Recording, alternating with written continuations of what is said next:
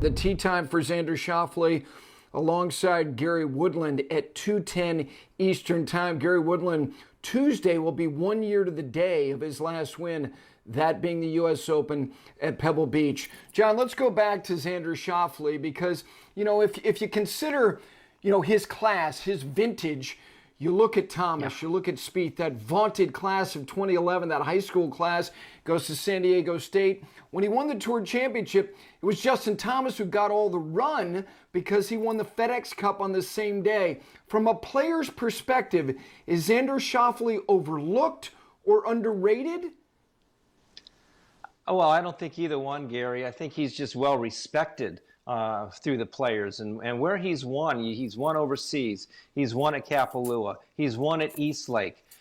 This week, he's a ball striker. And I love hearing him, how he prepared in these 3 months. He played a lot of money games with Phil Mickelson, Charlie Hoffman, and I promise you, they don't play for small units around those games right there. It'll catch your attention without a doubt. I love his golf swing. I love how it fits around Colonial. Second to the proximity to the hole for the week. 12th in driving distance and 5th in accuracy. He's a ball striking machine, leading the field in greens and regulation. And I think that in itself gains the respect of the players. And once you gain respect of the players, you can't be overrated, underrated, underlooked, overlooked. His name's on that leaderboard a lot. And that's how you gain respect of your peers. Jaime, there are multiple layers of who may look past a player. Players in the locker room certainly respect his ilk. How about from a media standpoint? Well, Gary, I think good media people talk to the players a lot, and certainly they're going to reflect what the players tell them in many ways. They have the same opinion of Xander as the players in terms of, the appreciation for the completeness of his game. If you watch golf and you like golf, you see the fluidity of his golf swing and the way it gathers momentum so beautifully, the rhythm and tempo and the completeness of it. He doesn't have many weaknesses. Perhaps the only one relative to him is the putter. When that starts to heat up, he'll probably win a lot more. He is a low-key type personality, but a very wry sense of humor and a good conversationalist. So I think they appreciate him in many ways as a source as well, because he's always got a nice thought. But, he's not flashy. But I think the substance is really there. And his style is also, I think, one that it grows on them, because he's a guy who goes to majors and he's a threat. And because of that, you kind of go, he's got a high quality game. He's someone to keep watching, and he's got a long journey ahead of him that we all have him on the radar.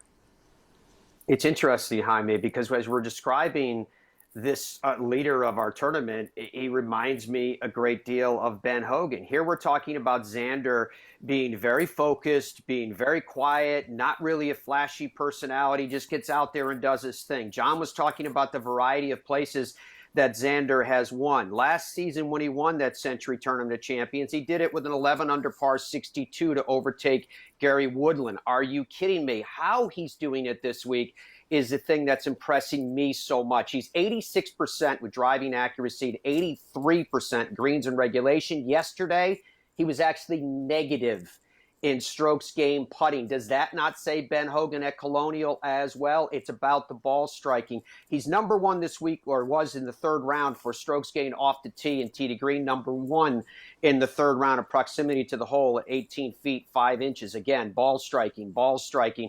He is number one this week in strokes gained tee to green. He picked up, get this, strokes gained 8.3 on the field, and he's second this week in strokes gained from tee to green at 4.8 strokes on the field. He is a ball striking machine out there right now.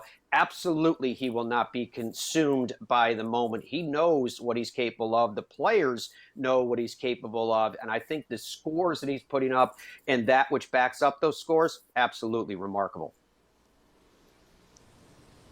Matt, what did I tell you? I described Xander Schauffele as what? You got to remember this now. Please. You got Come on, nothing? I don't remember. What? No, go ahead. It's Chippy Chill. Oh, Chippy Chill. I remember. Matt. Yeah. He's No, I got forgot a that. chip.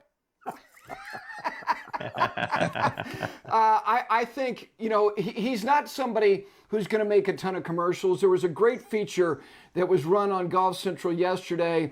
Rich Lerner went out and spent time with he and his father out in the San Diego area. They are hyper competitive with one another. His father has an athletic background. And Matt, I think what you said is interesting about the way that he has gone around there. In particular yesterday, his proximity to the hole was the best round he's played in his career on the PGA Tour with respect to proximity. Can he do it again? That remains to be seen.